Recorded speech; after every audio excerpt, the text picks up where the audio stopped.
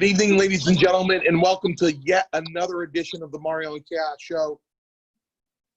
My favorite episode of all time, episode number 69, season 2. I'm your co-host, Mario Mancini. I'm a former WWE wrestler and co-instructor at Paradise Alley Professional Wrestling, along with a man that can bend steel in his bare hands, Paul Roma, Big Steve Tracy, and the 2020-something inductee into the New England Pro Wrestling Hall of Fame, COVID-19 handicapped. No ceremony, which would have been this past weekend, Mr. Paul Perez. It's all good. It's all good. Seated somewhere in our Hollywood squares is a man that does everything from soup to nuts in this wrestling business. The emphasis is on the nuts. And that would be the one and the only guardian of chaos, Big Daddy. Big Daddy, what's going on? We have a very, very special guest tonight, fans. Mario Mancini's favorite episodes out of all episodes we've done. We are in episode 69, season 2 of the Mario and Chaos Show. Mancini, thanks for getting us back together. Paul Perez, thank you for taking time out of your busy schedule to produce our show. And Perez, you look tremendous. Mancini, I'm going to say this, and I say it every week, and I ask it every week. How is the diet going? Because you look tremendous, and I know you're in training. Well, the diet is on spot. In fact, I got a compliment today from somebody that hasn't seen me in a while, and they said, you lost weight. And I said, yeah, and I'm September 1st, you know, that's my goal. So everything's going well. I just had some chicken breast with a family-sized can of spinach. I love canned spinach. So I put a little apple cider vinegar on that thing. You're good to go. Yes, Big Daddy's episode 69. I wasn't going to call it my favorite episode, but I confirmed it with Cheryl, and she said, it is, above all, the number. And I said, okay, because she is the guru. So I go to her for, you know, her blessings, if you will.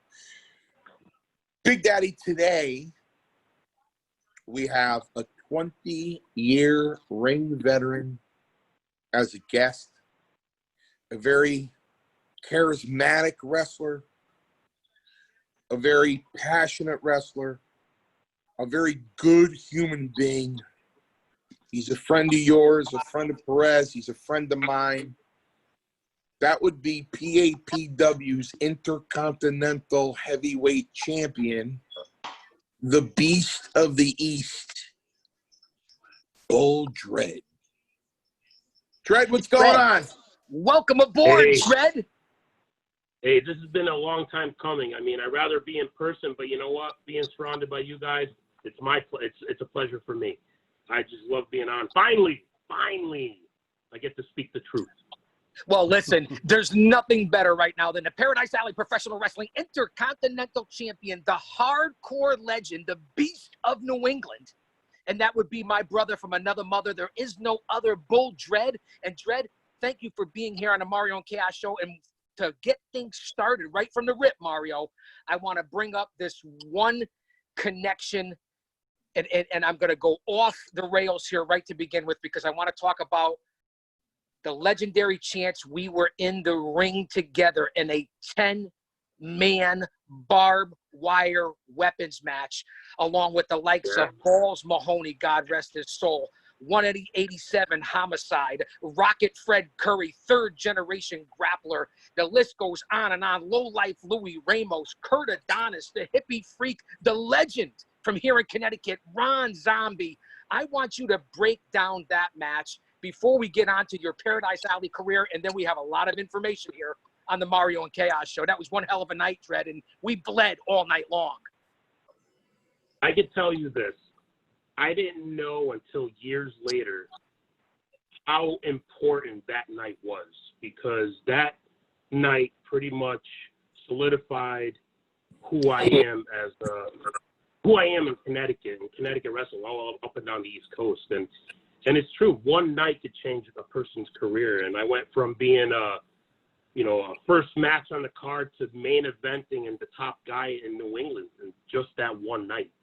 Well, And, that night, I if didn't you know it remember was coming. correctly, Dredd, I'm sorry to cut you off because I want to throw it back in there. That night, if you remember correctly, also in that match was the student and the teacher, because your trainer, Jason fucking Knight, the sexiest man alive, ECW hardcore legend. There were thumbtacks that night, fire, garbage pails, barbed wire, baseball bats. And you're right, that match was historic.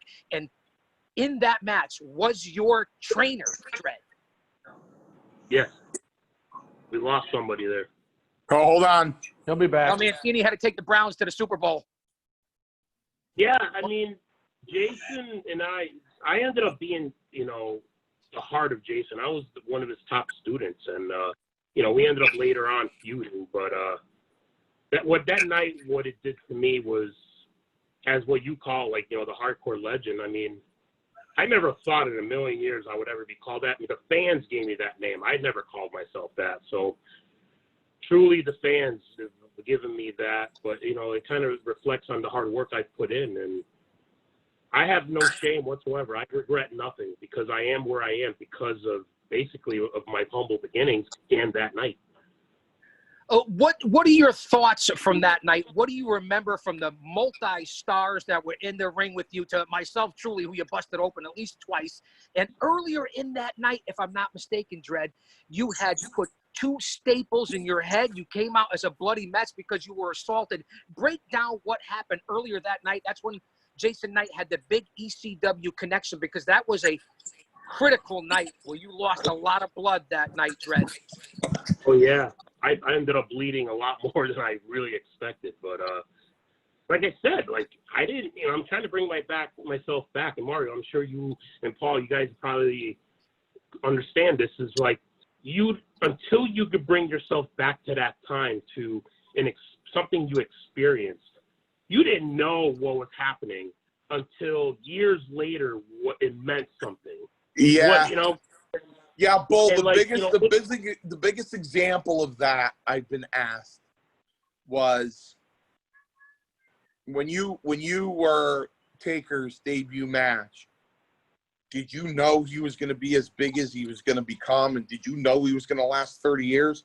Well, hell no, I didn't. I was Big Bully Busick's debut match too. He lasted probably around 4 months. No, I didn't know, and you don't realize it until you look back. And I really didn't think about it for years until I got involved with Paradise Alley, and people started naming off the debut matches that I had of people. I never even really thought about it. So you're right.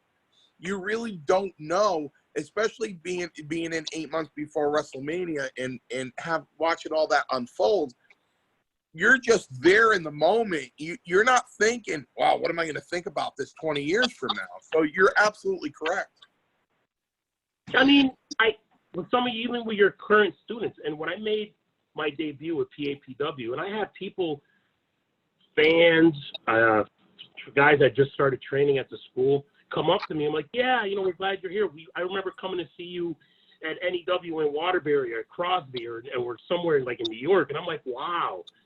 It's like, when did the young kid become the veteran now, but to me, it's like, just to be remembered, and I know you feel this, I know you guys feel this, just to be remembered, to me, that's a pleasure. It just solidifies that this is what I'm supposed to be doing in life, and the fans made me a star. I never looked at me as a star. The fans made me a star. Yeah, well, as owners of Paradise Alley Pro Wrestling, standing there with Roma on the first night you ever came out for Paradise Alley, and when I say they popped, I mean that crowd popped. And I just looked over at Roma and I grinned. I go, you see that? Do you see that? Well, let's take fans up to speed. Let's take fans up to speed, Dredd. You're talking about your debut at Paradise Alley Professional Wrestling. You're talking about we are in episode 69, season 2, we said that we are in mid-July. It was almost to the day 1 year ago that Bull Dredd stepped into the Paradise Alley professional wrestling ring, and that was at Feast or Famine. Feast Not Famine, the incredible nonprofit that we worked for the East Haven Food Pantry that night, Mancini. And that's when Dredd walked into the most dangerous arena in the Northeast, and that would be the DeLongo Memorial Hockey Rink. I remember that 1 year to the day, Dredd. Yeah. It's amazing how a year passes, because I look back at last year at this time and I'm like, I was sitting on the couch and I'm like, you know, I can't take this anymore. I want to be out there performing. I need to have fun. And, you know, like, where's my career going? And I made one call. And I know for the past few years before that, where I wanted to come to PAPW, but something was holding me back. And that was called loyalty. And until I realized that loyalty means nothing to some people, especially that's what's kind of lost. I feel that in this business, loyalty, respect. You know, this is indie wrestling. Indie wrestling is based on loyalty, and we're not under contracts. This is not WWE. So it's like you should be able to be free to work wherever you want without being, you know, hassled and bullied or feel like you're being disloyal. I was like, you know what? I want to have fun for the remainder of my career. And like, I was looking to be like, you know, 20 years, and I think I'm going to hang it up. You know what? You know what my new goal is going to be, since we're talking about celebrating 20 years almost? 25. 5 more years. 5 more years. 5 more years. So what I like to say is that, you know what? NEW was a great time of my career.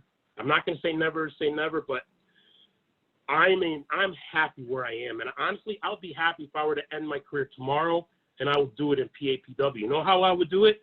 All my fans from fucking Waterbury will come to New Haven or the Annex building, and that's where they're going to come and see me. That's how I feel right now, because I feel so disrespected, and I feel that loyalty is gone, you know? So Mario, as the owner of Paradise Alley Pro Wrestling and someone who worked for Vince McMahon for damn near 10 years, and Paul Perez can get on this too, what are your thoughts as part of the Paradise 4 and the sole owner of Paradise Alley about this whole politics, even in the independent professional wrestling scene, of not working for this company, working for that company, creative control, who does the booking, how you represent one company to another? Can you speak to what Bull Dredd is talking about as the owner of Paradise Alley? Well, I tell you what, Big Daddy, I have so much to say. So strap yourself in and just enjoy the ride, because you know what? You know, Dredd and I aren't as fortunate as you and Perez. So we're gentlemen, and Dredd is definitely one of the gentlemen inside and outside the ring. And we're Italian Americans, and we know how to honor the women that we love, and we know how to, you know, treat them, yet we sit alone. Well, he was the sexy beast. Man, Bull Dredd was the sexy beast. Yeah, but that being said, Dredd and I sit there and shrug our shoulders and go, one woman's trash is another woman's treasure. So the same thing applies here. I have a 20-year ring veteran, okay? A 21 ring veteran getting shunned by another independent pro wrestling company. Independent pro wrestling. There's only one Vince McMahon. There's only one, not two. We're going to jump through the Zoom lens, Mancini. All right. Well, because this person claims his company's on an independent company. Your ass. You're an independent wrestling company. So I have he turns away a 20-year ring veteran who will do nothing but walk into any dressing room in the country and make it better. Mentor the younger wrestlers, teach them things. Not only that, professionally comes through the curtain and gets a pop. He knows the psychology in the ring. He knows what he's doing. Well, he's got a fan base. And here's the biggest part. Bull Dredd will walk into any company, shake that promoter's hand and say, hey, I'm here for your company. I'm not here for me. I'm here for the wrestling business as a whole, and I'm here to make your company better any way I can do that. It's not about him. He doesn't make it about him. And he is the last of the Mohegans, because that is truly what a pro is. That's how we were raised in the WWF. You know what I mean? Vince McMahon coming up to me going, will you take a pile driver from Orndorff on the concrete floor? Did I want to look at him and go, no, Vince, I don't want to do that. Personally, I don't want to take that chance. But you know what? It was for the WWF and for the company. So I said, I'd be more than happy to do it. You know what I mean? So this is what kind of caliber you have walking into Paradise Professional Wrestling. And you know, Dredd calls me up and he says, hey, Mario, I said, I opened both arms and said, oh, my God, come on down. We'll take you in a minute. We'll take you in a minute. Not only did we take him in a minute, we made him a champion. We gave him the respect and the recognition for his career, the man that he is, and what he should have. You know what I mean? Because he's paid his dues. And he's there. And what I love about Dredd is he'll look at somebody and he doesn't give a shit whether it's in a trailer, whether it's outside on the grass, in somebody's backyard. He'll look at a rookie and go, hey, don't do that. You don't do that. You know what I mean? And I can't be there to do that. Roma can't be there to do that. You know what I mean? You can't be there to do that. You know, Perez is running the production. We need somebody very similar to us back there in order to do that, and that's Bull Dredd. You have to be out of your fucking mind not to have this guy a part of your company. You have to be out of your fucking mind. Well, I'm going to speak to this. Hold on, Dredd. I'm going to speak to this, what Mario's talking about, because he makes valid points about what Perez, Roma, Mario, and Big Dave Paradise, Steve Tracy do down at Paradise Alley with the assistance of several veterans, whether it be your Chris Battles or yourself, Bull Dredd. You were taught, because I was there as a veteran at that time back in 2000, 2001, when you were there being trained by a guy who was already in WCW and ECW. I'm going to bring it all the way back to your trainings at the House of Pain Pro Wrestling Dojo with the sexiest man alive, ECW's Jason Knight, and the people that were also back in there, from Zombie to Dylan Cage to Mercedes Martinez, who is now in NXT, to Velvet Sky, who was in the NWA and TNA, who's married to Bully Ray. A lot of connections and people that came through that House of Pain Pro Wrestling Dojo. Dredd, speak to your humble beginnings, and maybe that's where you, Mario, myself, Perez, I already know where you began and why you are the true professional that you are. I think probably one of the connections, like right away with Jason and I, is Jason is Serbian, and he's not, you know, obviously he's from another country. So I think him knowing that, like, I come from immigrant parents, he kind of knew the way I was raised. But the thing was, is like, this is like what Mario said, being an Italian American and kind of like having my parents come here with nothing, you know, from another country, kind of taught me to work hard. They taught me the ethics of working hard. And I applied all that to everything that I've done in my life, especially, you know, work. And I started working at a young age, at 13 years old. But I applied all that to training and the wrestling. And I mean, yeah, I started late in life. I started when I was 25 or 25. But you know what? I applied all my ethics of hard work, and it's like there was no giving up. It's like when you're in love with something, you want to accomplish something, you go at it. And the more you accomplish, the harder you got to work. And it wasn't easy. I think a lot of the schools today that thing, you know, they open up a school, a fly-by-night, boom, after a couple of weeks, they're putting guys in the ring. They're teaching them moves. They're not teaching them old school ethics of the hard work and the groundwork. Like I love, you know, the psychology came later, but the basics. It's like, you know, like a Derek Jeter. You think he became great by, you know, hitting home runs? No, he worked at his basics and became a great shortstop. taking ground balls. That's how you become a great baseball player. But the same thing with wrestling. You got to learn how to work. That's the basis. You can do all them fucking moves you want. But if you don't learn how to work and, make things mean something, I kind of started looking at wrestling like this now. Wrestling has lost the storytelling and has become like baseball, basketball, and football now, and hockey. It's like who can one-up each other. To me, I'm based old school, and I like to tell the story of becoming – I could go from being the most loved guy in the beginning of the match to the most hated, and that's what you want. And that's what I was taught. And that's what I try to teach the guys that when I walked into PAPW, like I even pulled a couple guys aside. I'm like, why would you do that? In the beginning of one of the matches. And I'm like, that's who I became now.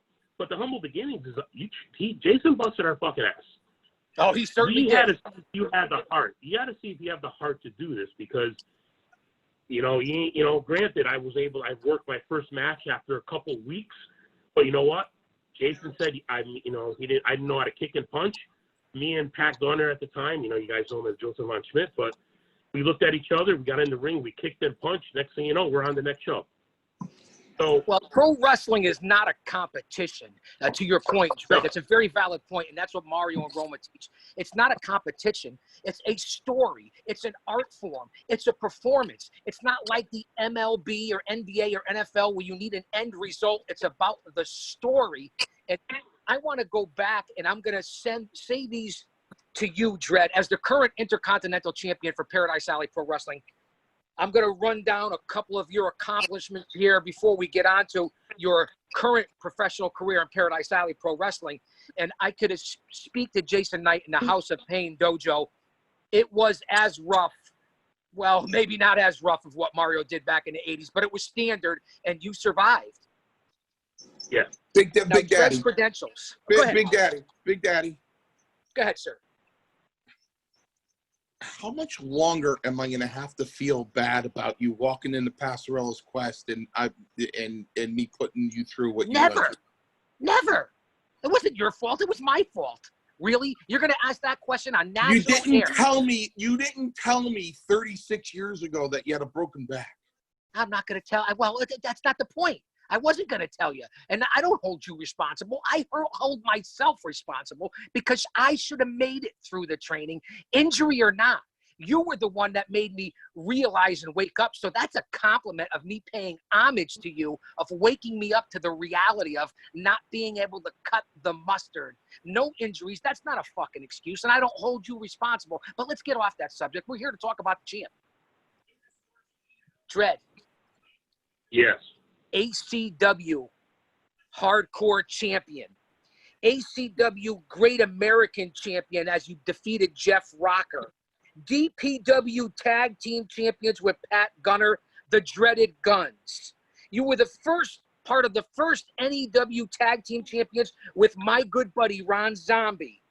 One night only, you were part of the New World Order with Kevin Nash. Can you speak to those career highlights, Bull Dredd? Like I said, looking back, how much that meant, at the time. I mean, too sweet. When I tagged with Kevin, when I tagged with Kevin Nash, I mean, I was well into, into a decade in my career by then. I knew I had the biggest spot of the night because I got a bigger pop than Kevin Nash. And you know what? It's on YouTube to prove it. And there was a signing that day at Ken's Cards, and I had to keep it hush. But I got the call from Joey Bricco, during the week, and he asked me if I was available, and I go, yeah. And it ended up being a great moment in my career. Just honestly, a wrestling match is a wrestling match. But honestly, the biggest part of that night, that match to me was the entrance, because to me it just solidified being the mystery partner, being a special partner. It kind of just, wow. It's like it wowed the people, and that's what you want. But everything else, everything happened, and it solidified who I am today in my career. It individually meant something different, but that's how I evolved as a performer. Being the ACW Hardcore Champion, the Great American Champion. Honestly, what it proves is that I'm not just hardcore. I can wrestle. I mean, that's what that means, you know. Than being Well, a tag it's singles team, and tag team too, Dredd. You were also that's what I'm multi-tag saying. team champions. I want to talk about a night that I believe Mario was there also. We were talking about a pre-podcast. Mario was talking about the legendary from Escape from New York, God rest his soul, and that would be Ox Baker. I want to talk to the night, Dredd, where you became the first PWA Ox Baker champion, and I believe, Mario, you were there that night, if I'm not mistaken. I might have been. I don't know. I can't remember. The story about Ox Baker that you told pre-podcast, if you could relay that again, and then I want to talk that was the first night. That was the first night I met the Fogman. That was the first night I met the Fogman. So me, Dredd, Ox Baker, I don't know who else was there, but we had a round table, so to speak. We were all sitting in as a group, being interviewed by, I think it was Trivia. Mr. I believe Trivia. you're correct. And Fog was there, and we were taking, I'll never forget, it was Fog's birthday, and I didn't know him from Adam, and the fans kept calling, going, is the Fog Man there? Is the Fog Man there? And I looked at him and I said, are you the Fog Man? Ma, where's the meatloaf? And he said, yeah. I said, well, maybe you want to sit here and I'll stand where you are because everybody's calling for you. But, you know, that's the first night. That's the first night I met Dredd too. You know, we did a talk show, albeit it was the Ox Baker talk show, and God bless him. I'm glad it was. But yeah, that was the first night I met Dredd, and we had that talk show. But Big Daddy, I didn't do my part two, so I want to do my part two. So my part two is this, Big Daddy. If you take my talent and you treat them with respect, I don't care if they have to do a job for your organization. Everybody does jobs. But as long as you treat them with respect, you know, anybody's able to wrestle anywhere. I trust 99% of independent wrestling companies to use my talent. Jose is at XWA is wonderful to the PAPW guys. He treats them like family. Got very close to Holiday. You know, he uses Flash Waller. You know, he's very good to our guys. And that's the way the wrestling business should be. You should be able to intertwine and intermingle talent. And you know, Rome and I have a philosophy. You know, well, whoever's telling you you can't work for that company, are they giving you money to sit home? No. Well, then go work. So 99%, as long as they use PAPW people with respect, and that doesn't mean they got to go over. That means with respect. Then they should be able to work wherever they want to. 99% of them. The 1% I will not let anyone go to is NEW, because he has no respect for anyone. So I remember when I met him for the first time, and I was looking down talking to him, and he said, he said, Here it comes. He said, except for your champions, treat your wrestlers like cattle. I said, what? He said, treat them like cattle, man. They're all replaceable. Every one of them except your. Now, this is a quote from who, Mancini? This is a quote from who? You don't have to say names. You could say companies. I didn't hear that. Anybody who's really involved with independent pro wrestling and doesn't know a wrestling promoter who's 4'11", then they don't know independent pro wrestling. What can I tell you? Not in this area, anyways. Right. You want to know So, I don't know. He's a man of few words. You want to know what I was feeling, Mario? I mean, and you guys, this is what I was feeling towards my end of time there. I started feeling like I was an obligation, almost like every time they would run water, they were like, oh, man, we got to put Dredd on, you know? Well, And you put towards the asses in end, seats, that's for sure. You put asses in seats. Well, Dredd, another $300 in ticket sales or $400, hell yeah, but then let you sit home for 5 months? That's bullshit. Bullshit. Well, like the Bullshit. way I looked at it is this: it's like people wanted to see me, but they weren't paying to see me. So I'm like, you know what? Like I said, I started feeling like a second thought, and I'm like, to me, it's a slap in the face to run in my hometown and literally 5-minute walk from where I live and not call me up. I find that very disrespectful, and I felt really let down. But I promised myself not to be bitter, and I promised myself to move on, and it's a part of my career where I shut the door. I'm just happy where I am. I have to say this. I have to give credit where credit's due. And I've criticized this person, Lord knows, personally. No. Because this person is such a wrestling fan. Probably the biggest, and I've been in wrestling for, if you count wrestling school, 37 years. Probably have never met a bigger wrestling fan, to the point where I was briefly dating this woman, and she asked me to sign her encyclopedia. That's how big of a wrestling fan she is. But, I have to give respect where it's due. Not only is she a wrestling fan, though, she's extremely knowledgeable, and she's very smart, and she understands the business. And I was putting together that May 9th show, and I was looking for a hardcore match. Right, I was taking PAPW for one show at the JCC before COVID, in a total different direction. I had an 8-woman over the top rope battle royal. I had a hardcore match coming in. I had a lucha match coming in. I had little people coming in. It was gonna be called PAPW Hardcore.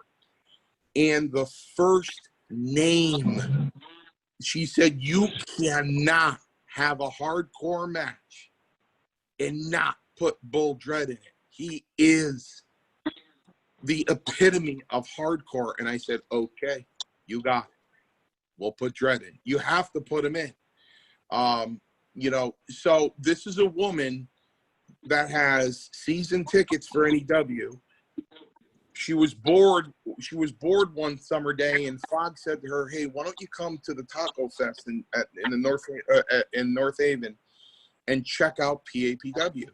And she came out and she checked out PAPW, and she's been in the front row with her friends ever since that show. She's been to every single show in the front row, and you know what? It's no secret. She likes my PAPW guys. But when Bull Dredd comes out, she perks up a little bit because she's watched Bull Dredd for years.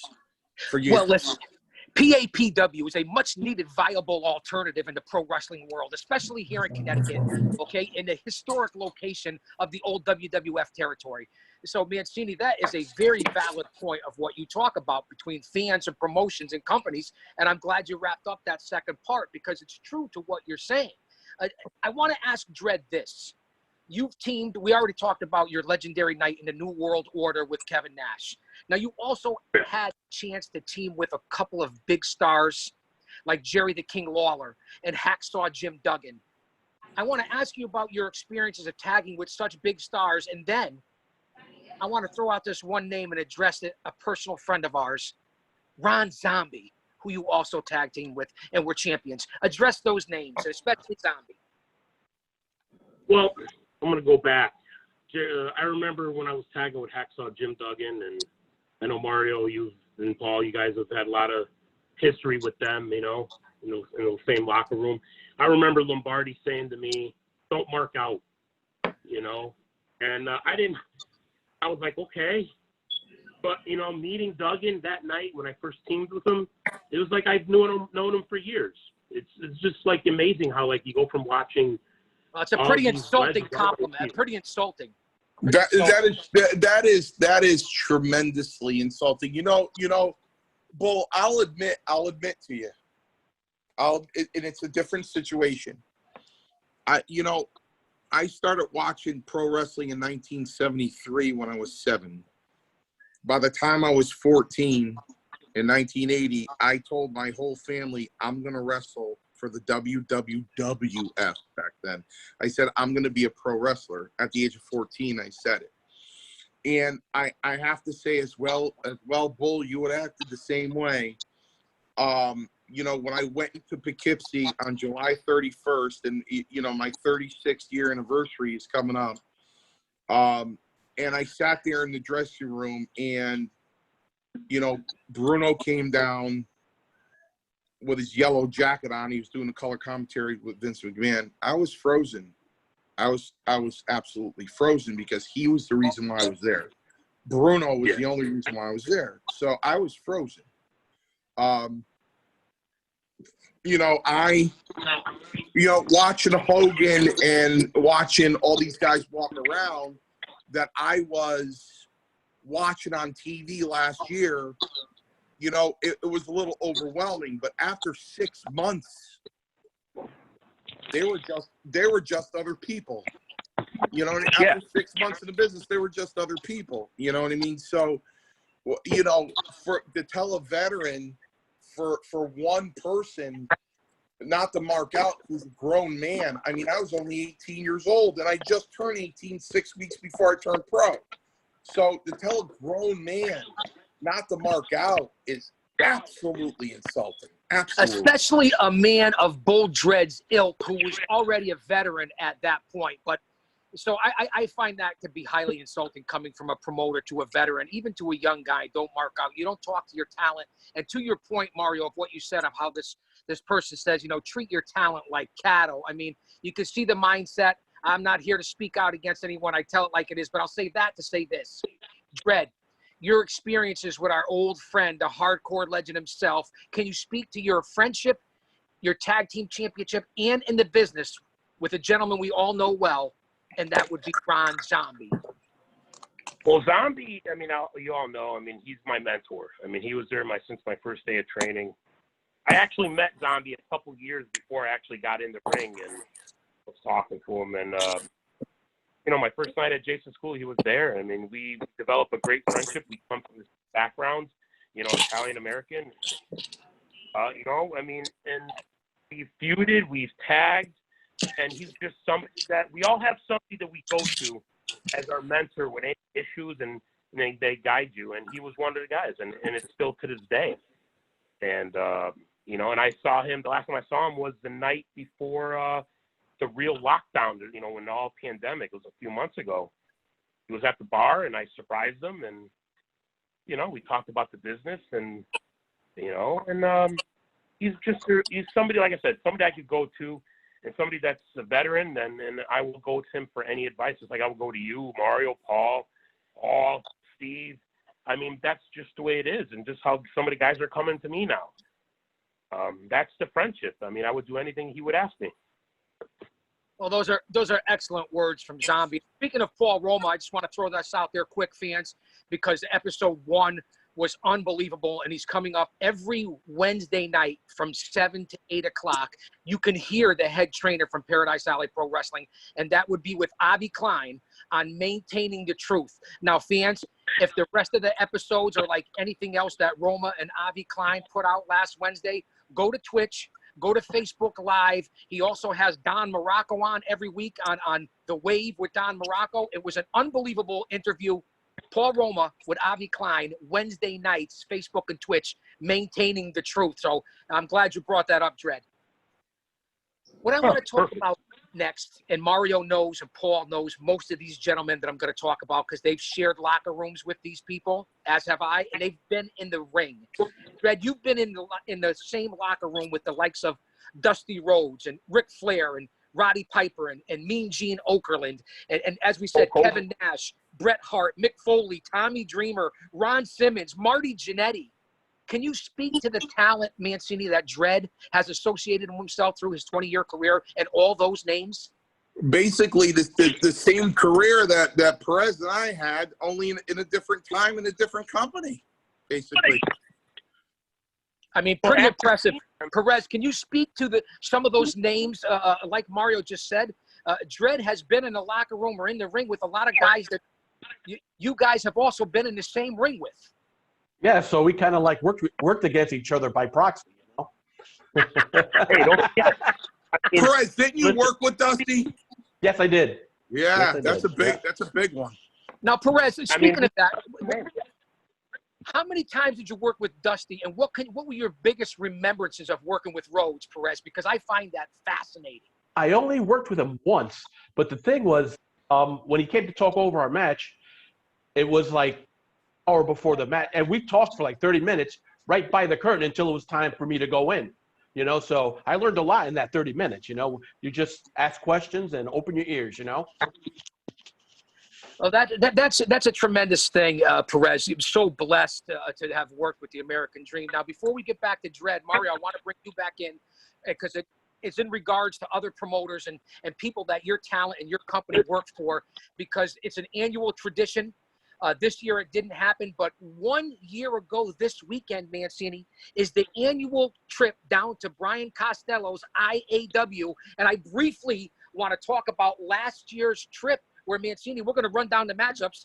The House of Pain went up against Bob Orton Jr. and Brian Costello.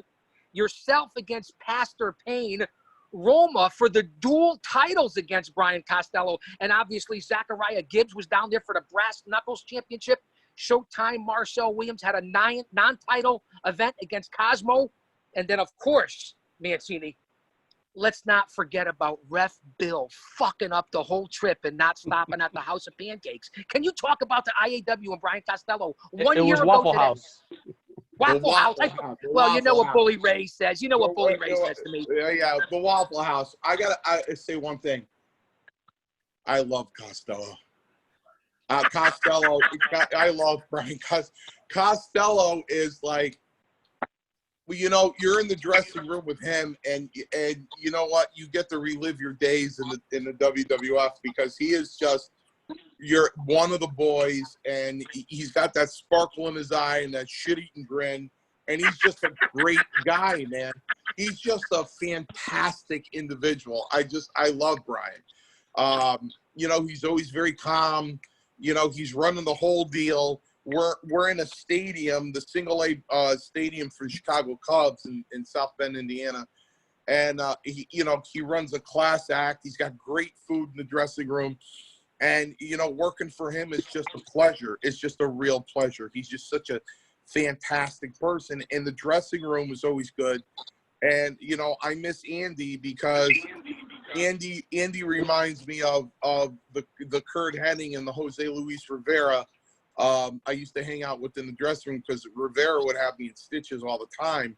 And believe it or not, I going to Indiana, I look forward to seeing Andy because I know I'm going to laugh my ass off because he'll in his bag, he'll have a picture of Guy Fieri, right? And Costello will walk in with the same haircut. They'll hold up a picture, and son of a bitch, if they don't look like twins, right? But there's one thing that makes Costello hot. He doesn't like that. So, well, that's why I had to bring it up, Mancini. I had to bring up the IAW because I hope we get back there in 2021. But that's 1 year ago. We miss it. Costello, the boys miss you. I want to quickly, first off, let me give a big shout out, fans. Go out to sweetheal.com for all your CBD needs. My good friend, Mr. Hempel-Stilskin, sweetheal.com. I couldn't live without it, fans. But this is what I want to talk about. We got about 15 minutes left on the show. I want to bring back our Intercontinental Champion, and I want to talk about some of the matches. Dredd, Mario, Paul, I'm going to run down your matches, and I want you to tell me what stuck out. We all know that you made your debut at Feast Not Famine against the flamboyant one, Kenny Roberts. That was 1 year ago to this month. Your second matchup, and I want to talk to you about this because Mario was in the same match. That would be Rumble in Paradise 2 when you guys were in the Battle Royal to get the shot at the Dieselmania 4 title. Can you talk about being in the Battle Royal with Mancini at Rumble in Paradise, Dredd? Your second match in PAPW. Yeah, I mean, being in the ring with talent that I have never been in the ring with is it felt good to me. But I think, Mario, what did I say to you when you got in the ring and I was hammering on you? I was like, wow, we're in the ring together. Yeah. This is legendary. What do you remember like, from that night, Mancini? You know what? That was the most fun I had because I wanted to work with Dredd, and that was the most fun I had getting pounded by Dredd. It was fun. That didn't sound right, Mancini. Oh yeah, it didn't sound right, but it was a lot of fun. I wanted, that was the most fun for me, and if I get down to the 230 I want to get down to, which I foresee that happening because I'm locked in. I wouldn't mind lacing them up one more time. Another battle royal? No, maybe maybe a shot at the title. No, maybe you'll run a little angle and do a little Italian tag team. You know what I mean? Yeah. To bring back the old time Sicilians. We could be the Sicilians. Bull Dredd, Mario Mancini, and the Guardian of Chaos as the new Sicilians in honor of Altamari and Albano. Mancini, that's something to think about, but we got to get it by the We'll get Perez the tag team partner. It'll be the Sicilians against the Latinos. I like that. Also in the Battle Royal that night were obviously the House of Pain, Karen Bam Bam, who's unbelievable, MLW Caribbean champion Richard Holiday was in there that night too. Now, Big Daddy, do you know there are different kind of Latinos? Do you know that? I'm well aware of that, Mancini. Well aware of that. I know a particular. Well, tell me. Oh, Big Daddy would make every ounce of breath leave your lungs. Really? That's the kind of Latino I'm talking about. Muy caliente. Well, Big Daddy will knock you from here to kingdom come. I mean, the beauty is indescribable. Anyway, let's keep going. Did you ever watch Caliente on Telemundo or Univision? No, I was too busy looking at Latino. Okay. Now, also, Dredd and Paradise Alley, I'm going to run them through because, Dredd, you have appeared on every show since Feast Not Famine. Before you do that, I just have to say my favorite Bull Dredd match is his debut match with Kenny Roberts because of the way they had to work around that referee situation that they had going on there.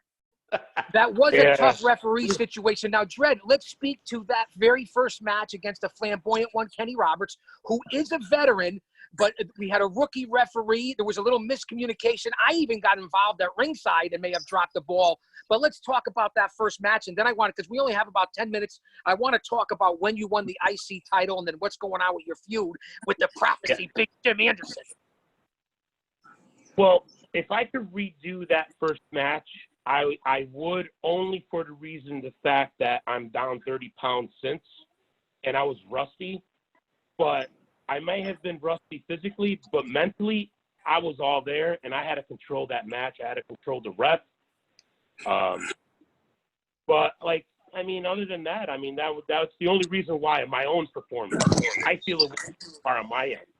However, winning the title, and I said to the guys. Dredd, don't get ahead of yourself, Dredd. Hold on now, Dredd. So you had that with sorry. Now, that's okay. This is what Chaos does.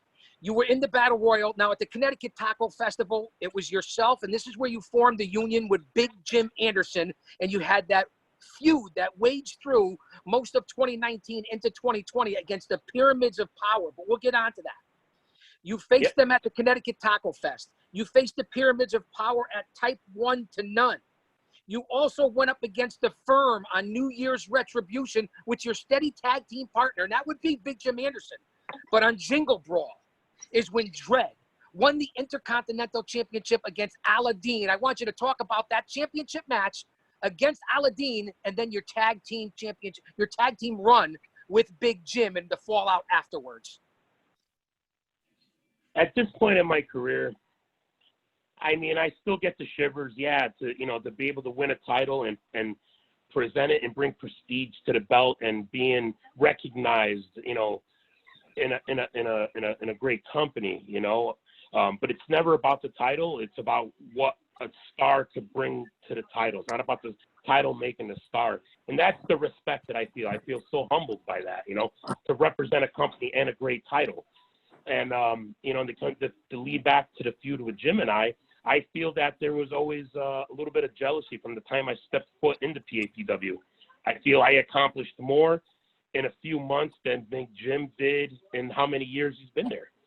But that's the difference between being a veteran and,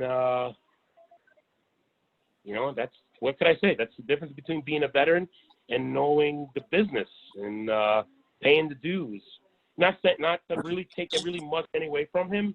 He got the look, but don't got the brains. Well, let me speak to this, and I want to ask the owner of Paradise Alley, because it was I want to know the thought process and the decision making. Mario, where was the thought process? Bull had been in Paradise Alley for about a year. He'd been in tag team matches. We tried to program against different folks. What was the thought process of Bull Dredd being singles competitor after the whole Big Jim incident, and then winning the title over Aladdin in the Pyramids of Power? Who's the Paul Roma. Well, break it down to the fans out there, the process of Dredd becoming champion. Well, it has something to do with psychology. And like anything in pro wrestling, popularity.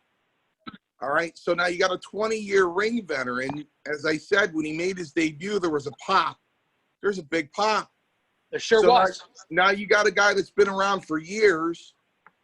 And you know what? Just like any wrestling promoter that knows what he's doing, when new talent comes in and introduces himself and he's spoken to and he's communicating back, the promoter's got his ears open.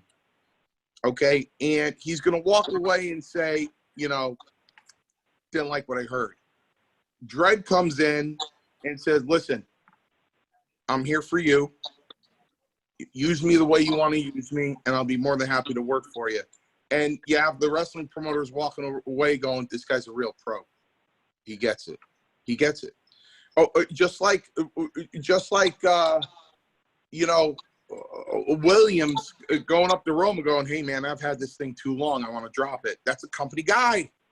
That's a company guy. You know what I mean? So you know how to distinguish those guys. And you know what? You reward them. You reward them for several reasons.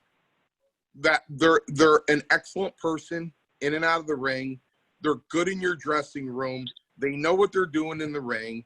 And popularity.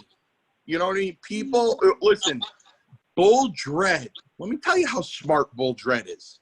All right? Just in case you're wondering how smart he is.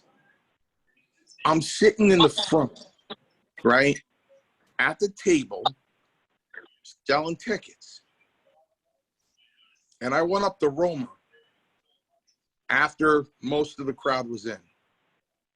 These people came in to buy tickets. I didn't ask them. People came in, paid for the ticket, said, we're here to see Bull Dredd. Then 3 more people came and said, hey, I heard it. How you doing? Can I get the $20 seats? Yeah, how many you need? 3. Oh, thanks. We're here to see Bull Dredd. We're here to see Bull Dredd. We're here to see Bull Dredd. I walked over to Roma, and I leaned into his ear, and I said, about 24 people came through the door saying they're here to see Bull Dredd. Okay, so now Dredd sends the message to the promoter that whatever you're doing with me, I'm worth it. Yeah, I'm worth that. You see what came through the door? I'm worth it. I don't have anybody coming in. Every now and then, you see people coming in with Haven t-shirts. You know who they're there to see. That's their family. This is not Dredd's family. These are Dredd's fans coming to see There's a big difference. There's a big difference. There's a huge difference. Huge difference. So he's no dummy. He knows how to send a message to the promoter. You know, if he's talking to his friends 2 weeks before the show and he says, do me a favor. When you go to the show and buy the ticket, tell them who you're there to see. Because you know what? At the end of the day, it's a business too. And Dredd is looking at a promoter going, listen, I'm worth it. And you know what? The promoter's looking back at him going, yes, you are. It's a beautiful thing. You know what I mean? Well, But I more want to say importantly, this. though, Go ahead, Bull. Go ahead, Dredd. but more importantly, though, and I had a big speech, and I told the talent in the locker room, I said, where the fuck are your guys' promos? I was like, why am I the only one doing promos for any upcoming show? I was like, doesn't matter if you're on the show or not. Doesn't matter if you have a spot or not. I was like, promote the show. Get yourselves over. I'm like, if I didn't do a promo, I was promoting my match with Aladdin. I was promoting the Taco Fest. I'm promoting whatever show is coming up. No matter, I didn't know what I was doing. Some of the shows, I didn't know what I was doing. But I'm promoting the show. Hey, this is where I'm going to be. I'm like, use the best tool out there, social media. I was like, if PAPW were to shut down fucking tomorrow, what do you have? What can you send to another promoter? Can you cut a promo on the spot? I've been doing it for years. I cut promos all day in my head. I was like, it's about keeping yourself, what's the word I'm looking for? Keeping Relevant. yourself Relevant. I That's said it to the why. students, Dredd. I said it to the students down Monday night at Mario's class. I said the same thing. You hit the nail right on the head, and that's why you're a professional. Before we move on, because we have to get out of here, fans, listen to me every Thursday night on the Worldwide Dino Costa Show at thedinoshow.com. And I'm going to say this. I want Dredd right now to send out a message to Paradise Alley, the pro wrestling fans, what they can expect moving forward in your career. Paradise Alley, otherwise, as the Intercontinental Champion, and I want you to send out a message. Leave our fans about the thoughts of Bull Dredd. And let them know what's in store for the next 5 years. Thank God, Dredd. Thank God. Thank God, because Bull Dredd is going to be one of the premier wrestlers in the NAWA. And I know Bull Dredd has worked in New York, but baby, we're talking about New York, New York. We're not talking about. I wrestled plenty of times in New York. I got a lot of fans, but you know what? Yeah, we're not talking about upstate. We're talking about In the city. We're talking about the Westchester County Center. We're talking about Manhattan. Bingo. We're talking about New York, man. The Big Apple. Bull Dredd is going to make his way. That's why I'm saying to you, speak to every promoter, every fan base, everyone out there right now in social media. Speak to the promoter. You don't have to sell anybody. Your credentials speak for themselves. This podcast speaks for itself. Your last 20 years speak for themselves. You are a legend. Sell yourself now, Bull, on our way out of here. Episode 69, Season 2. And then we'll let Man see. Go ahead, Trey. I'm going to leave you with this. I'm going to leave you guys with this and all the promoters and the wrestling fans. As I approach my 20th year anniversary in this business, I love this business. I love performing. I don't just do it for myself. I love entertaining the fans, and I love being old school, telling a story, and giving the fans a money's worth. As I approach my 20th year, my new goal is 25. And I'm in the best shape of my career, best shape of my life, healthy. 4 years ago, I was calling it quits, but you know what? That was 4 years ago. It's 2020, approaching 2021, 5 more years, and I love where I am in this business. It's an honor just to be a part of PAPW. I wish I could turn back the clock and be part of the era that you guys were in. I came in the business in the wrong era. I belong in the 80s. But you know what? You would have fit like a glove. You would have fit like a glove. I learned that I am here for a reason, and I know that reason, and I'm here to help PAPW become a greater company than it already is. I'm here to help the company make money, help the students. I want to give my knowledge, whatever I've learned. I want to give it to the fans, to the new fans, to the new talent. I just love this business, and that's what it's about. I mean, I've been treated well over the years, but you know what? It was time to move on, and I'm happy where I am. Mario, your closing statements on the business, Paradise Alley, and taking us out. My closing statements are this. I do a lot of joking in the Paradise Alley chat room with these two particular guys, but I can't express how much love I have for Hakeem Ali and Nick Payne. I mean, they are my brothers. They are my brothers. They're my kids. They are two of the best human beings I've ever met in this business. And Hakeem Ali came up with an idea, and all I can say, fans, is it's going to be a lot of fun. And the minute he told me about his idea, I said, absolutely, without a doubt. Big Daddy, you're going to love it. Dredd's going to love it. Everybody's going to love it. It's going to be a lot of fun. It's going to be a long day, but it's going to be a lot of fun. And I'm glad they came up with an idea. I'm blessed to have such good guys in my company that really think of the company and sit there and have ideas. They don't have to. They can just show up with their bag and work and go home, but they care, and I appreciate it. And I love those guys. And it's a brilliant idea. It's going to be a lot of fun.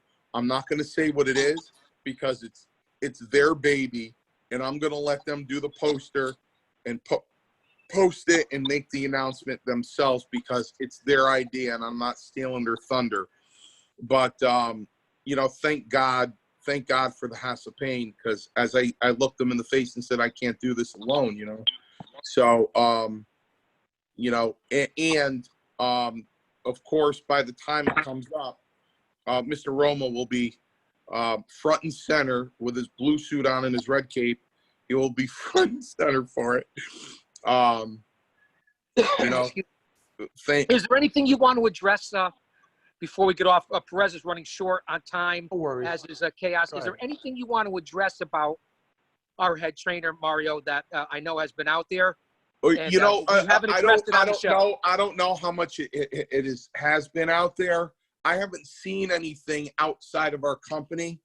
Well, it was on the Worldwide Dino Costa show. I know that. Well, all right. Well, I'm gonna say this. I love Paul Roma. Paul Roma is a huge part of my life. And I think he didn't think so for a long time. But once we got back together in this, and I started telling him conversations that I've remembered from 36 years ago, I think he realized the impact that he's had on my life. And he's done a lot for me that a couple of times I listened and it worked out really well. Most of the time I didn't, and it didn't. But that's my fault. That's my fault. That's my fault, not his. I love Paul Roma. I love his family. He is a blood brother to me. And, I every day I get up, I thank God. I thank God. I thank the Lord above. That being said, it's not my business. It's Paul Roma's. All I can say is, of course, by the time another show comes up, Paul Roma will be front and center, and he'll be doing his usual thing. Everybody gets injured. Everybody has a setback. Everybody has a hiccup. And you know what? I say a hiccup, and you might be rolling your eyes, but you know what? You're talking about a person. He's just not from this planet, and he always will be Superman to me. And he's proved that he's Superman over 36 years, and he always will be to me. He's very dear to my heart, and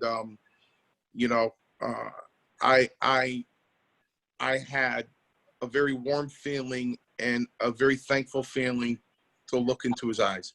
So with that, as close as I am to him, as much as I have respect for him, it's not my place. It's not anybody's place but Paul Roma's. So with that, we'll see you next week for episode number 70. Stay safe. Wear those masks. Dredd, I'll get with you and let you know what the idea is, and I think you'll get a kick out of it. Like I said, it's going to be a long day, but it's going to be worth every bit of it. It's going to be a lot of fun, and there'll be a lot of Mancini weenies and Sabin sausages with my brother Kevin Sabin. Another guy I was fortunate enough by opening this company to meet that human being. It's like being best friends with Sam Elliott from Roadhouse. Being friends with Sabin, the Sabin tooth tiger. He is That's my brother right there. He's something else, man. I love that guy. Good So man. he's an excellent guy. So we'll see you guys next week. And please stay safe.